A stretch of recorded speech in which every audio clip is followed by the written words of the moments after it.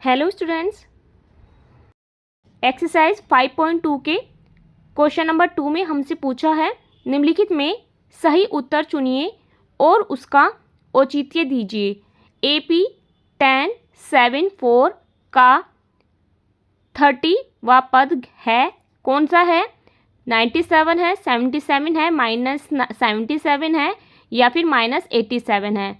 तो हमें 4 पार्ट्स दिए गए हैं जिसमें हमें टिक द करेक्ट आंसर बताना है। तो इसको हम सॉल्व करके ही इसका आंसर बताएंगे। तो देखिए हमें इस कैसे सॉल्व करना है। तो हमें AP सीरीज दी है, AP हमें दी है 10, 7, 4 ये हमें दी है और हमें इसका n पद कौन सा निकालना है? 13। 30वां पद हमें इसका निकालना है। अब 30वां पद निकालने के लिए हम फॉर्मूला लगाएंगे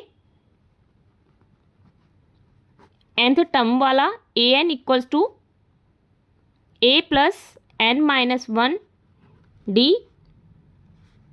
और अब हम इस पर लगाएंगे a30 का पद। तो a30 निकालने के लिए हमें a दिया है, a क्या होता है? a क्या दिया है? 10। a हमें 10 दिया है और d हम निकाल लेंगे a2 माइनस a1 करके। और a2 हमारा 7 है, माइनस में 10 तो क्या आ जाएगा? -3। तो d हमारा आया है -3, जो कि हम इस तरीके से पुट करेंगे। a 10 है, प्लस में n 30 है, 30 - 1 और d हमारा -3 निकला है। ठीक है, इस तरीके से हम सारी वैल्यू रख देंगे। अब हम a30 का मान निकालेंगे, तो इसके लिए हमें ये सॉल्व करना होगा। तो 10 प्लस आ जाएगा 30 में से -1 करेंगे तो आ जाएगा 29। और यहाँ ये मल्टीप्लाई में है, इनटू में मल्टीप्लाई में -3। ठीक है, तो 10 ये हो जाएगा प्लस माइनस माइनस और इसकी मल्टीप्लाई करेंगे तो आ जाएगा -87। और जब 87 में से 10 जाएंगे प्लस के तो आ जाएगा -77। तो इस तरीके से हमारा a30 -77 आया है। तो हमारा आंसर C सही है इस तरीके से। तो हमारा जो तीसरा पद है सीरीज़ का वो कौन सा है? -77। ठीक है, तो फर्स्ट पार्ट कर लिया है, सेकंड पार्ट और दिया है।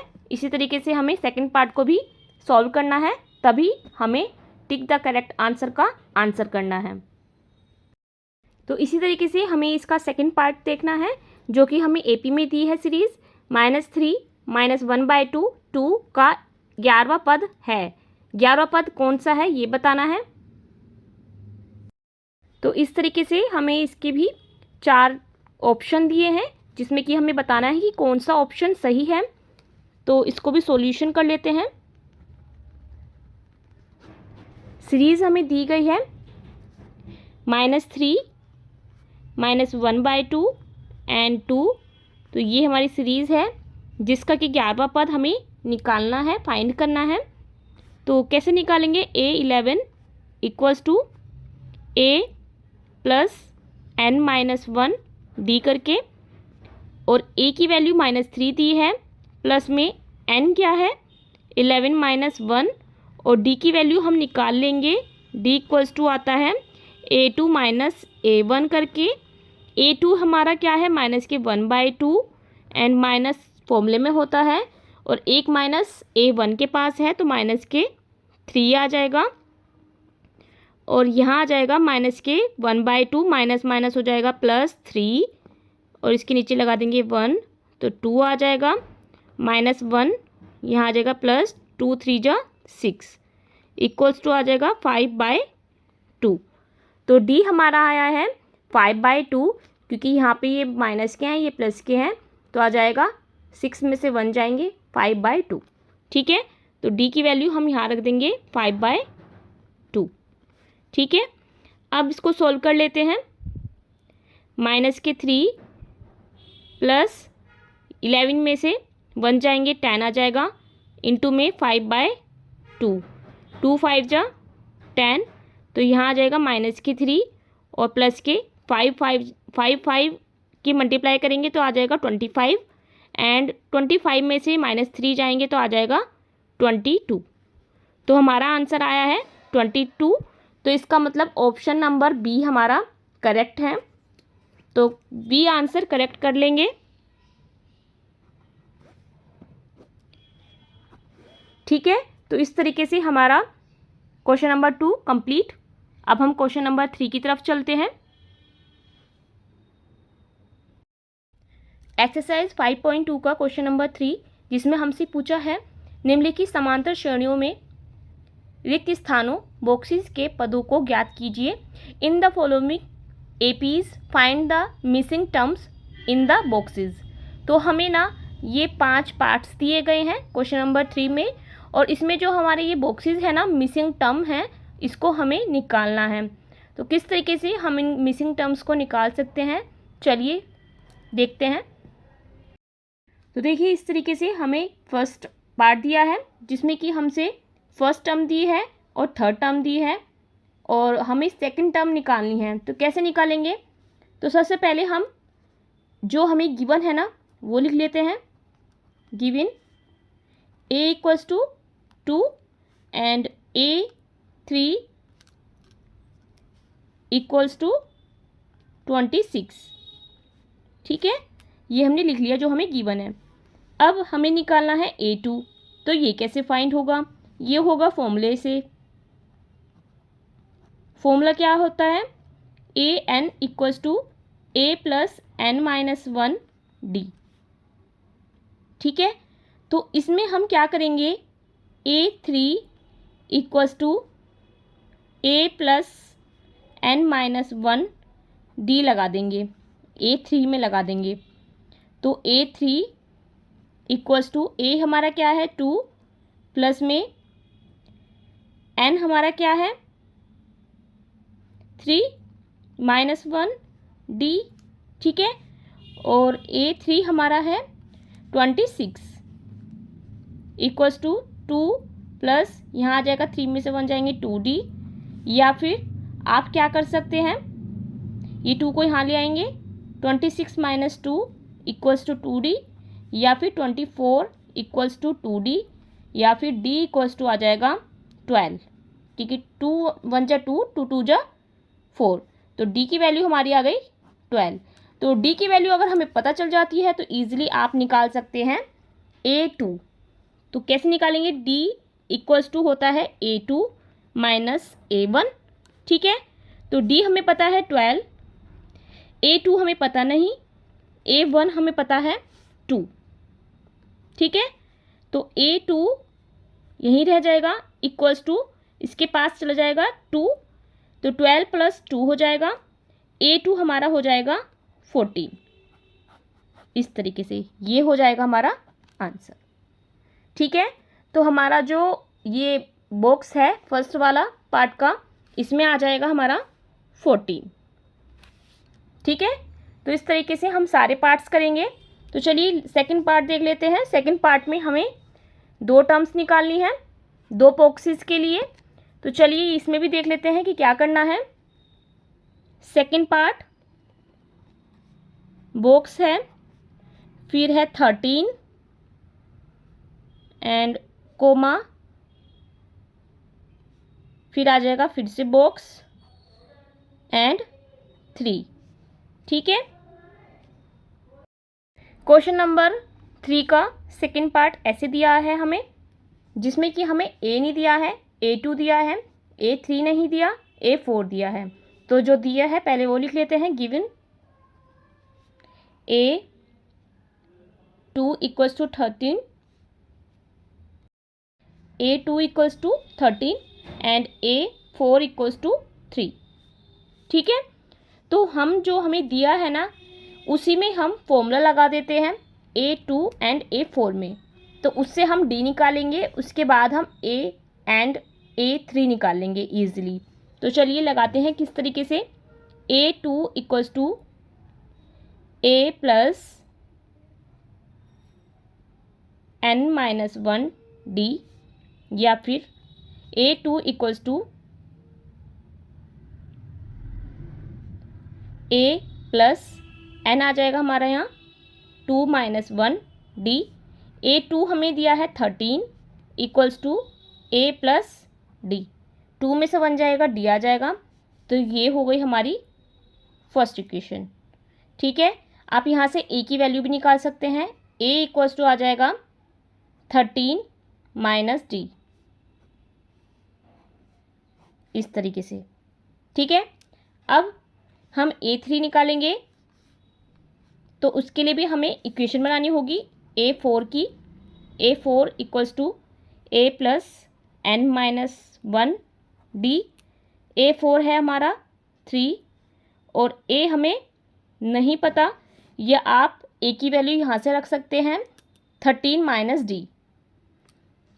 तो रख लीजिए, पहले इसी का मान रख लेते हैं यहाँ पर। तो आ जाएगा 13 माइनस डी प्लस में एन की जगह आ जाएगा 4 माइनस 1 एंड डी। तो हमने ए की वैल्यू यहाँ से पुट कर दी है। Putting the value of A in equation number 2, आप इसे इक्वेशन नंबर 2 भी मान सकते हैं, और ये इक्वेशन नंबर है हमारी 1। ठीक है, तो इस तरीके से हमने यहाँ पर वैल्यू पुट कर दी है। यहाँ हम सॉल्व करेंगे। यहाँ है 13, तो 13 माइनस डी, यहाँ पर हो जाएगा 4 में से माइनस 1 जाएंगे तो आ जाएगा प्लस के 3D। अब आप डी को और इनको एक तरफ कर देंगे, तो यहाँ आ जाएगा हमारा यहाँ पर 2D, तो यहीं रह जाएगा इक्वल्स टू 13 के पास आ जाएगा। 13 जब इधर आएगा तो माइनस के आएंगे, माइनस के 13 प्लस के 3, तो आ जाएगा 10 इक्वल्स टू 2D।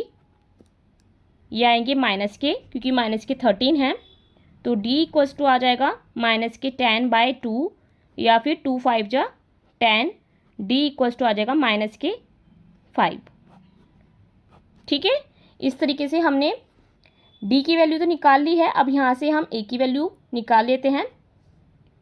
तो A की वैल्यू जब हम इक्वेशन नंबर 1 में पुट करेंगे तो हमारे पास A की वैल्यू आ जाएगी, जब हम इसमें D की वैल्यू पुट कर देंगे।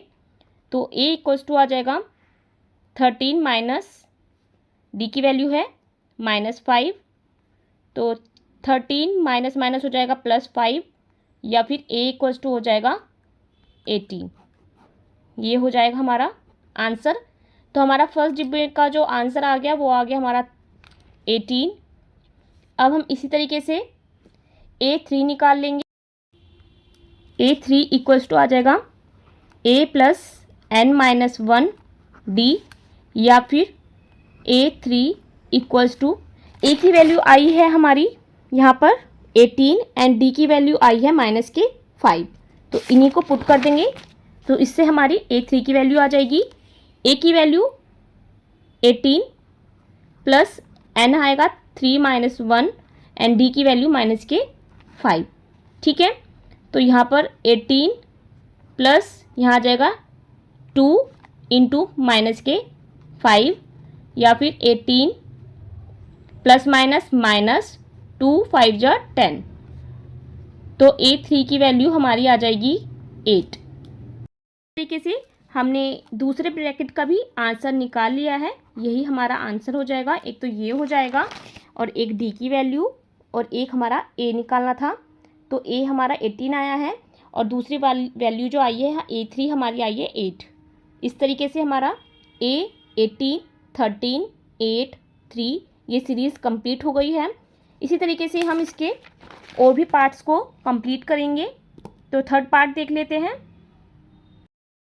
तो क्वेश्चन नंबर 3 में हमें ये सीरीज़ दी है 5, A दिया है, A2 नहीं दिया है, A3 नहीं दिया है, एंड A4 दिया है, जो कि हमें इस तरीके से फैक्टर फॉर्म में दिया है 9 सही 1/2। तो इसको हम सबसे पहले लिख लेते हैं। Given A equals to 5 and A2 हमें नहीं दिया है, A3 भी हमें निकालना है, A4 हमें दिया है 9 सही 1/2, जिसको हम सही कर लेंगे। 9 दूनी 18 और 1 19/5। 2 हो जाएगा। तो इस तरीके से हमारे पास A4 आ गया है और A आ गया है। तो चलिए अब हम इसको सॉल्व करते हैं कि A2 और A3 को हमें कैसे निकालना है। तो A1 जो है वो 5 है, तो इसके लिए हम फॉर्मूला लगा लेंगे सबसे पहले। AN equals to A plus n-1 D, या फिर AN इक्वल्स टू A हमें दिया है 5 प्लस A4 दिया है ना, तो 4 की वैल्यू निकाल लेंगे। A4 5, 4 माइनस 1 D हमें नहीं पता है, तो A4 इक्वल्स टू आ जाएगा 5 प्लस 4 में से बन जाएंगे 3D।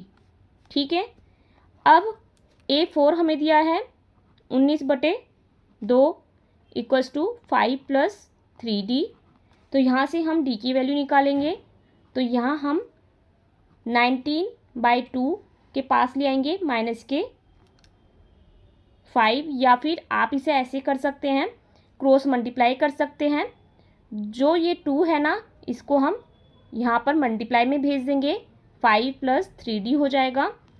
और 19 इक्वल्स टू 5 दूनी हो जाएंगे 10, प्लस में 3 दूनी 6D। ठीक है, अब 6D को हम यहीं छोड़ देंगे और 10 को हम इसके पास ले आएंगे 19 के। 19 माइनस 10 या फिर 6D इक्वल्स टू आ जाएगा 9। D equals to 9/6। 3 3 जा 9, 3 2 जा 10। तो D की वैल्यू हमारी आई है 3/2। ठीक है, तो ये हमारी वैल्यू आई है D की। अब हम इससे क्या निकालेंगे, A2।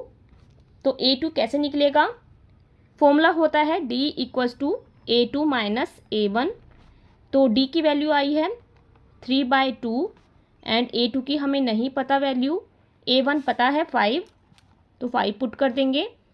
तो A2 इक्वल्स टू आ जाएगा 3/2 प्लस 5। ठीक है, तो A2 इक्वल्स टू एलसीएम लेंगे 2, तो यहाँ आ जाएगा 3 प्लस 2 5 जा 10। A2 equals to 13/2। ठीक है, इस तरीके से आपका ये ब्रैकेट में हो जाएगा। और देखिए एकदम परफेक्टली हमने A2 निकाल लिया है। इसी तरीके से हम A3 निकाल लेंगे। तो A3 किस तरीके से निकलेगा, D इक्वल्स टू होता है A3 माइनस A2, या फिर D की वैल्यू है हमारी 3/2 इक्वल्स टू A3 हमने निकालना है एंड A2 हमारा है 13/2। ठीक है, तो A3 इक्वल्स टू आ जाएगा 3/2 प्लस 13/2। ठीक है, तो ये हो जाएगा हमारा 13 और 3 16/2, या फिर 2 8 जा 16। तो A3 की वैल्यू आ जाएगी हमारी 8, और यही हमारा हो जाएगा आंसर। तो इस तरीके से आपको आंसर निकालना है, चाहे कैसे भी करके, बस फॉर्मूले को हमें लगाना है। कोई भी टर्म हो हम इजीली निकाल पाएंगे। तो देखिए हमारे आंसर आए हैं A2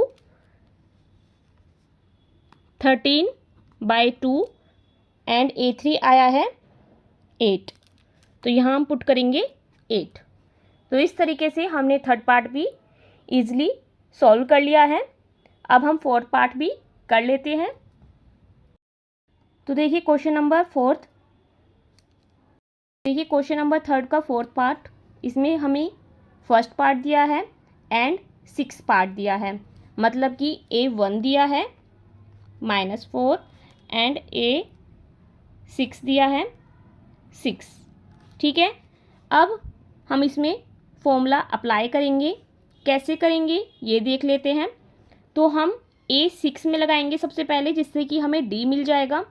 तो A6 इक्वल्स टू A हमारा -4 है और प्लस में N6 है, तो 6 - 1 एंड D हमें नहीं पता है, तो ऐसे ही एज इट इज़ रख देंगे। A6 पता है तो 6 पुट कर देंगे, -4, और यहाँ आ जाएगा 6 में से 1 जाएंगे 5, और D हमें नहीं पता है। ठीक है, तो 6 -4 इधर आएंगे, प्लस के 4 हो जाएंगे, और ये है 5D, यहाँ हो जाएंगे 10 इक्वल्स टू 5D, या फिर D इक्वल्स टू आ जाएगा 10/5, 5 2 ज़ 10, D की वैल्यू हमारी 2 आ गई। ठीक है, अब ईजिली हम यहाँ से A2, A3, A4, A5 निकाल पाएंगे। तो देखिए कैसे निकालेंगे।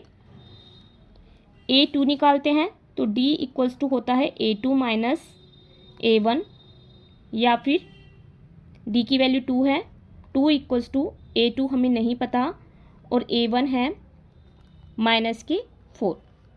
ठीक है, तो इस तरीके से हमने इसमें रख दिया है। अब 2 equals to A2 minus minus हो जाएंगे प्लस के 4, और 2 इक्वल्स टू, या फिर आप इसे 4 को इधर ले जाएंगे तो माइनस के 4 हो जाएंगे, इक्वल्स टू A2, या फिर A2 इक्वल्स टू आ जाएगा -2, क्योंकि माइनस के 4 में से 2 जाएंगे तो आ जाएगा -2। ठीक है, इसी तरीके से हम A3 निकाल लेंगे। D इक्वल्स टू होता है A3 माइनस A2, D है 2 इक्वल्स टू A3 हमें निकालना है, तो A3 एज इट इज़ रख देंगे, और A2 हमारा -2 है, तो 2 equals to A3 minus minus हो जाएगा +2, और जब इधर आएंगे तो 2 - 2 करेंगे तो आ जाएगा A3 इक्वल्स टू 0। ठीक है, तो A3 भी हमने निकाल लिया है। अब A4 निकाल लेते हैं, तो D equals to A4 minus A3, तो D हमारा है 2 इक्वल्स टू A4 हमें नहीं पता, माइनस के 0, A3 0 निकला है, तो A4 आ जाएगा ओनली 2। ठीक है, तो A4 भी हमने निकाल लिया है। अब हम इसी तरीके से A5 निकाल लेते हैं, तो A5 निकालने के लिए आ जाएगा D equals to A6 minus A5, तो D इक्वल्स टू यहाँ आ जाएगा, हमें A6 निकालना है, तो D की वैल्यू तो हमने निकाली थी 2, तो 2 equals to A6 as it is put कर देंगे। A6 की वैल्यू तो पता है हमें 6, एंड माइनस के A5 हम एज इट इज़ रख देंगे। ठीक है, तो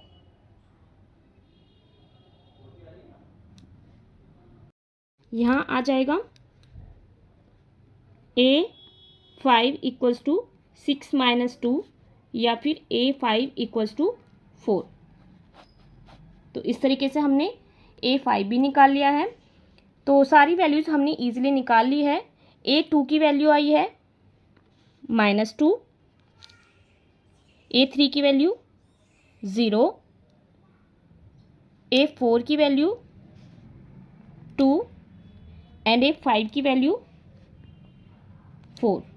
तो इस तरीके से हमारी ये सीरीज़ बन गई है, और बहुत ही ईजिली हमने सारे टर्म्स निकाल ली है। तो आपको मेरे समझाने का तरीका बच्चों कैसा लगता है, आप मुझे कमेंट में बता सकते हैं, और अच्छा लगता है तो आप मेरी वीडियो को शेयर भी कर सकते हैं। तो चलिए नेक्स्ट पार्ट भी देख लेते हैं। क्वेश्चन नंबर 3 के लास्ट पार्ट में हमें इस तरीके से सीरीज़ दी है, जिसमें कि हमें A2 एंड A6 दिया है। तो कैसे निकालेंगे हम और टर्म्स को देख लेते हैं। A2 हमें दिया है 38, A3 हमें निकालना है, A4 हमें निकालना है, A5 निकालना है, और A भी निकालना है।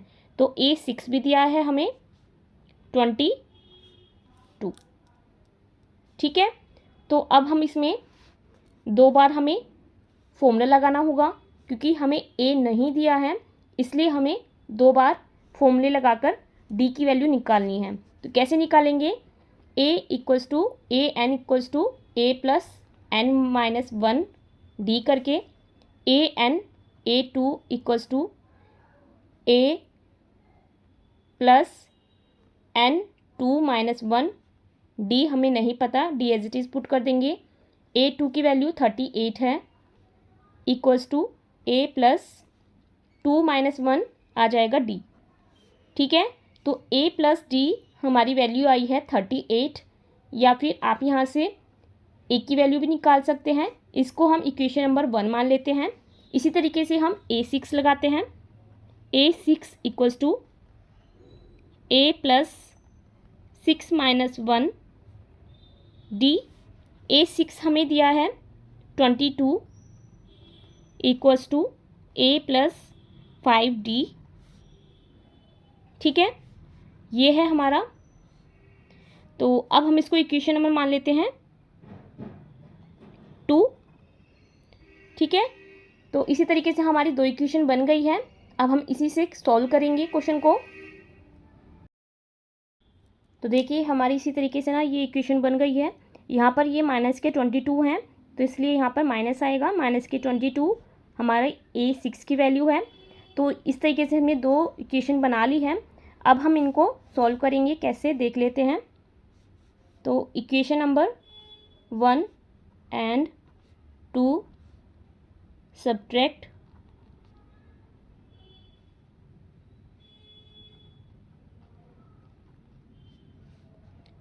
करेंगे तो कैसे होगी।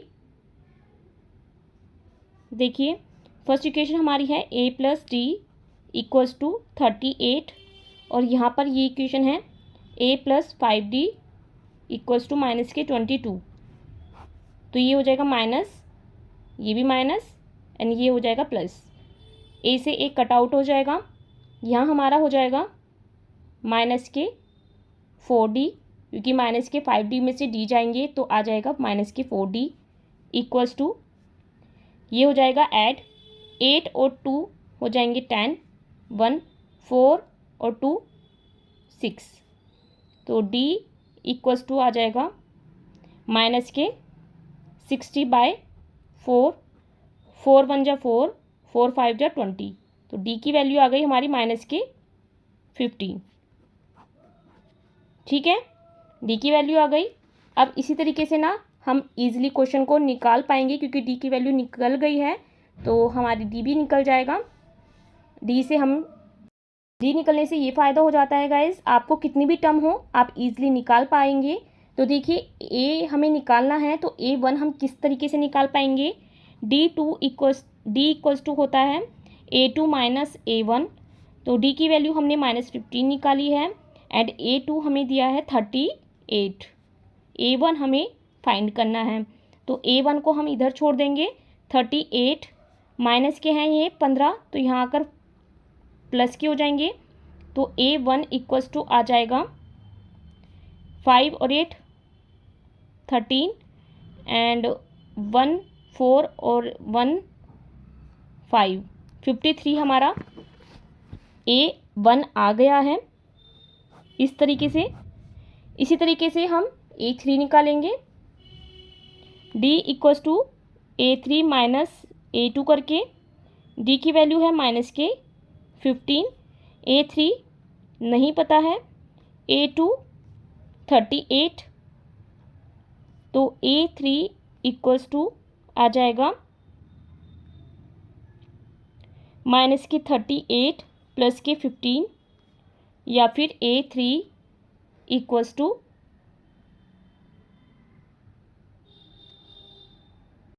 थ्री आ जाएगा। -15, हमें -15 के पास +38 को भेजना है, जब भी तो A3 अकेला होगा, तो हमारे आंसर आ जाएगा 23।